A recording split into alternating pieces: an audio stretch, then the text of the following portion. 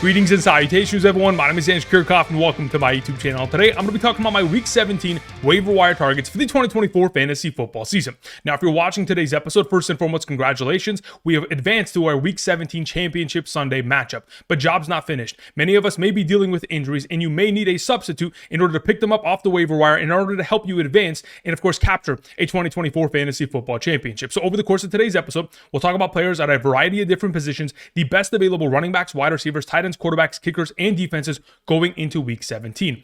Additionally, for those of you who are potentially dealing with injuries from players such as Jalen Hurts, James Conner, Kenneth Walker, CeeDee Lamb, Drake London, even Tank Dell. Of course, that's a season-ending injury. If you sustained any of those injuries, hopefully the players that I mentioned over the course of today's episode will give you an advantage going into this week. But if perhaps you didn't sustain any injuries, and the only reason you're here is to make sure that you have an idea as to which players to pick up in order to prevent your opponent from utilizing them against you this week, that's another strategy that we can employ. But either way, whichever reason you're here for, let's go ahead and let's talk about all things fantasy football related regarding to waiver wire pickups. Before I do so, if you're looking for my thoughts on a specific player, travel down to the description of the video. We have timestamps available there.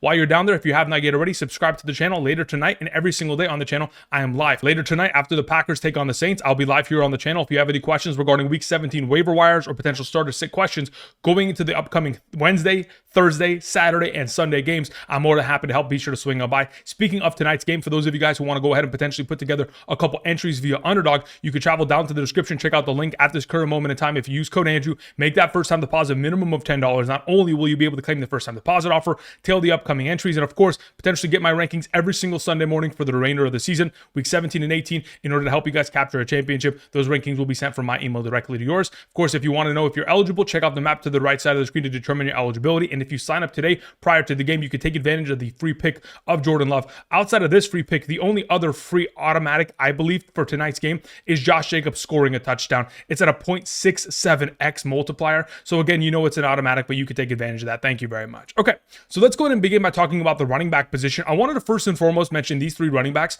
Tyjae Spears, Tank Bigsby, and Kareem Hunt. Now, for many of you who have watched these episodes over the course of this entire season, you know that I specifically don't like to talk about players that are rostered in more than 50% of leagues. But I just want to go ahead and preface once again, if these three individual running backs, Spears, Bigsby, and Kareem Hunt, who are technically the backups of their offense, but have certainly been playing like the starters as late based on their fantasy contributions, if they are available, be sure to pick them up. In the case of Tyjae Spears, he has scored 2 touchdowns in back-to-back games. He has outsnapped Tony Pollard 76-55 in the last 2 games because of Tony Pollard's reoccurring injury. Going into this week's matchup against the Jacksonville Jaguars, you would anticipate success with or without Tony Pollard active in the lineup, considering Alexander Mattison and AMEER Abdullah combined for 30.6 half PPR fantasy points yesterday against that Jacksonville defense. Now, while I'm on the topic of the Jacksonville Jaguars, let's talk about Tank Bigsby. Over the course of the last 3 games, he has been able to handle 10+ touches in each of those 3 games, most recently in Week 16, 12 carries, 50 rushing yards, 1 rushing touchdown, 9.6 fantasy points. He'll be taking on the Tennessee Titans this week,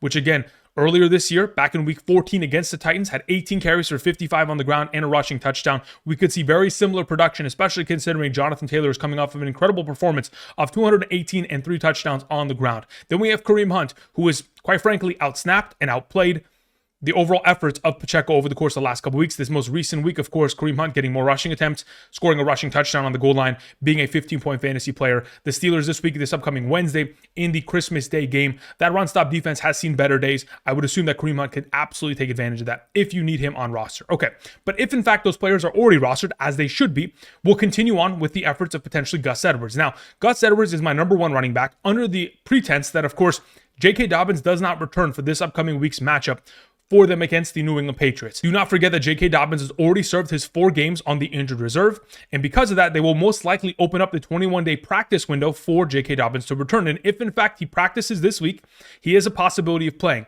And in the event in which he does play, Gus Edwards will be a nullified option. But in the event in which Gus Edwards has this entire backfield to himself for another consecutive week, he is coming off of a fantastic performance of 19.6 fantasy points, 2 rushing touchdowns in his overall efforts, obviously outsnapping Kamani Vidal 46-32%. But this week they take on the New England Patriots. And the reason why I want to mention Gus Edwards is because guys like James Conner and Dalvin Cook in the last 2 weeks have put up 24.6 and 26.1 half PPR fantasy points in a positive game script effort. You would assume that Gus Edwards would have himself a lot of upside in the absence of J.K. Dobbins once again. The next player I wanted to mention is Kendre Miller.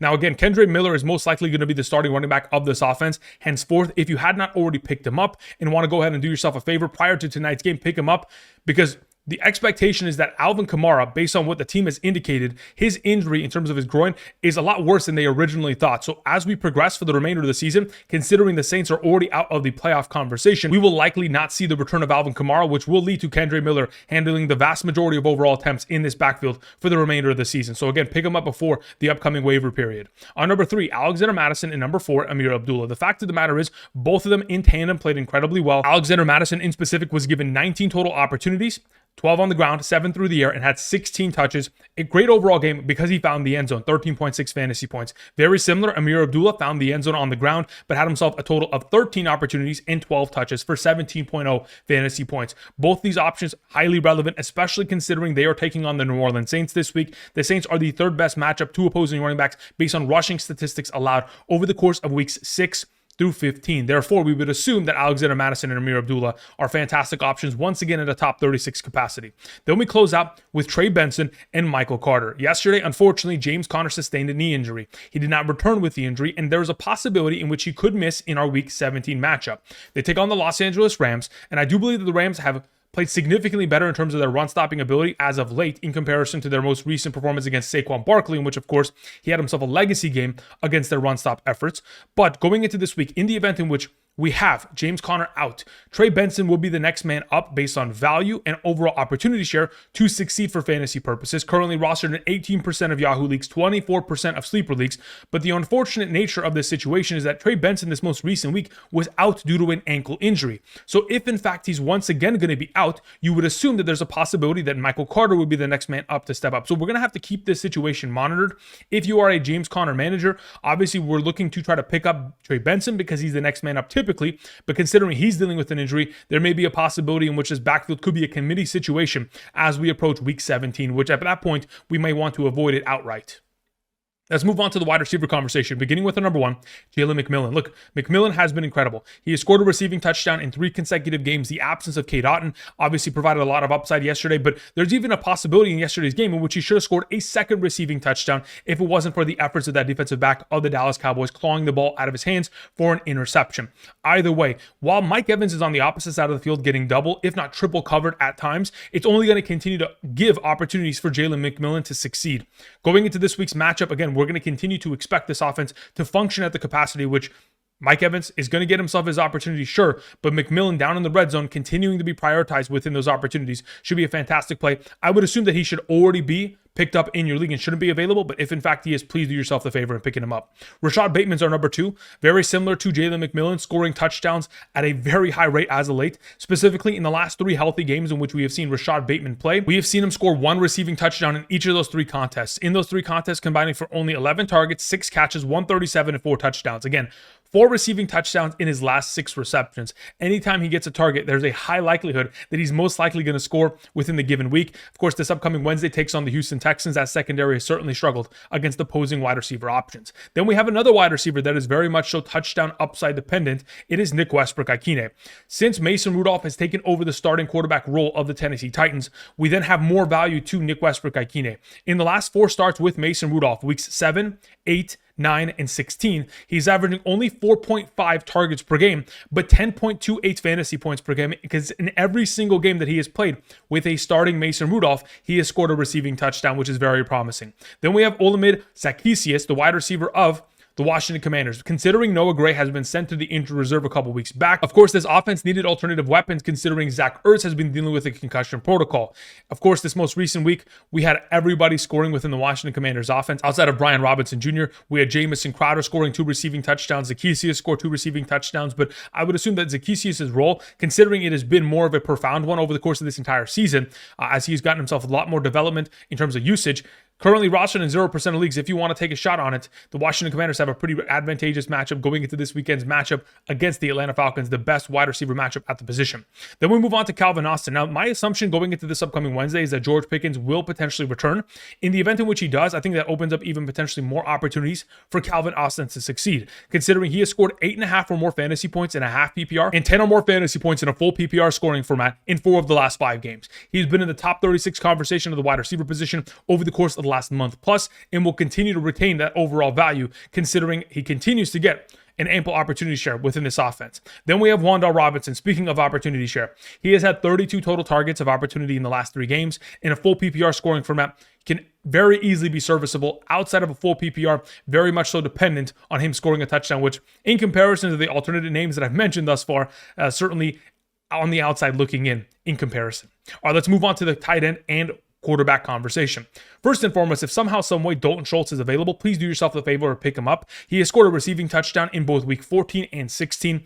As we progress with the absence of Tank Dell for the remainder of the season, it will provide more opportunities for Dalton Schultz, especially considering we have Diggs out, we have Dell out, and of course, John Mechie this most recent week missed due to the injury. Therefore, if we're going to be in a situation in which Dalton Schultz will be the number 2 receiving option, expect him to get a little bit more of a loving share of the overall workload of opportunity. Then we move on to our number 2, Chigoziem Okonkwo. Again, Okonkwo over the course of the last 2 games with Mason Rudolph has been incredible. Back in week 15, once Will Levis was replaced, there was an opportunity share that continued to go in the direction of Okonkwo that stayed consistent in week 16. Over the course of the last 60 passing attempts from Mason Rudolph, 32% of the target share has gone in the direction of Chigoziem Okonkwo. That is an incredibly powerful start of their overall tandem. In the last 2 games, of course, Okonkwo has put up 9.9 and 14.6 fantasy points this week, taking on the Jacksonville Jaguars, a top 10 matchup at the tight end position. You would assume that he could easily find himself an upside for success, and that's why he's the thumbnail of today's episode, as he provides a lot of value, especially for those of us who are struggling at the tight end position. Of course, this most recent week, Brenton Strange, Dalton Kincaid, even though they were back in the mix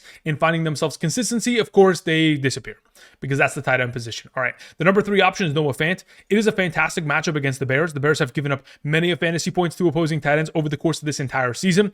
But again, there is AJ Barner as well within this offense. So there are multiple tight ends that could find themselves success. But Noah Fant, considering he is dominating in terms of overall snap share, could continue to see himself a very healthy target volume that hopefully finds himself success down in the red zone. Let's move on to the quarterback conversation. We have Bryce Young, Drake May, and Mason Rudolph. Bryce Young's relatively easy in terms of the approach. He's coming off of a fantastic performance, but is also getting himself more upside for his floor of production, considering the extra scrambling boost. Getting the scrambling yards is certainly going to be able to separate him from the pack. He's obviously been a top 20 quarterback over the course of the last 5-6 weeks here in his overall efforts. Takes on the Tampa Bay Buccaneers this week. Last time out against that defense, scored over 23 fantasy points, forced an overtime matchup. This should be an exciting matchup against the Buccaneers once again as a division rival. Then we have Drake May, who is now getting himself even more rushing opportunities within designed runs. When they continue to go ahead and expand the offense to him, regardless of matchup, he continues to be a solid option for fantasy purposes because of those baseline efforts. And again, regardless of what secondary he takes on, even in a difficult matchup yesterday against the Buffalo Bills,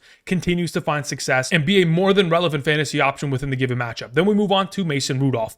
Again, like I mentioned earlier, he's been incredible in terms of his overall looks towards the direction of Chigoziem Okonkwo, and of course, a player like earlier, Nick WESTBROOK-IKHINE, scoring touchdowns consistently. Over the course of the last 4 starts from Mason Rudolph, weeks 7, 8, 9, and 16, he has scored 2 touchdowns minimum in each of those 4 starts. As long as those opportunities continue to go in his direction, taking on the Jacksonville Jaguars is more than an advantageous opportunity for him. All right, let's close out today's conversation with kickers and defenses. Of course, Will Reichard, currently rostered in 8% of leagues. Will Lutz, 17% of leagues. And of course, Chad Ryland, 8% of leagues. These are ridiculously low numbers considering their contributions. Will Reichard was expected to be in a rain game. It rained early in that game, then it completely disappeared. Of course, it's a classic. Will Reichard has scored 27 fantasy points in the last 2 games. Please pick him up and fire him up.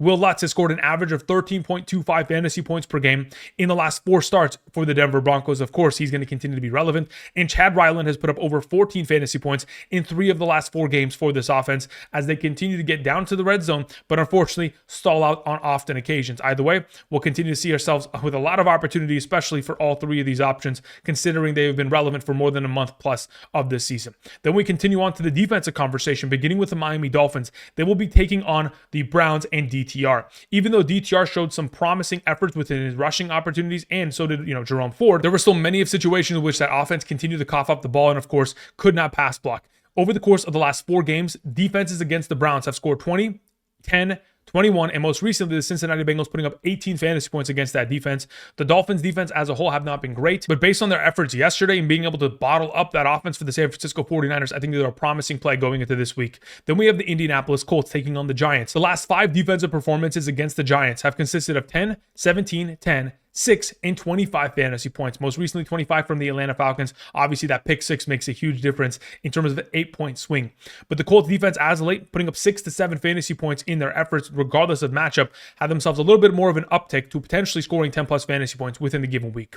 Then we close out with the Los Angeles Chargers taking on the New England Patriots, who have allowed 9, 12, 6, 5, and 14 fantasy points in the last 3 games. The Chargers defense as a whole in the last 3 games, they're also a 6 to 7 point player, but ultimately, it's just a matter of, is a defensive touchdown going to be scored? Are there going to be turnovers caused by this defense from Drake Maye? Drake Maye's played incredibly well as of late. Therefore, I've moved down the Los Angeles Chargers defensive ranking within the given week in comparison to these alternative options, but they should still be a fantastic play within the upcoming matchup for our fantasy efforts. All right, that's going to cover it in regards to our week 17 waiver wire pickups. Again, if these are players that potentially could help you win in this week, pick them up, address them. If they're potentially players that are going to be able to be picked up in your league and utilized against you within our championship matchups, make sure that you pick them up prior to your opponent in order to stop them from utilizing them against you. Obviously, diagnose their team, see what they're missing, see what they could potentially pivot to, and of course, address it accordingly. Outside of that, again, I'll be back later tonight after the Monday Night Football game. Tomorrow with running back rankings. Of course, Wednesday, we have a live stream early in the morning, of course, because we have 2 Wednesday games. But until then, thank you everybody for watching, and until next time, I'll see you guys. Peace.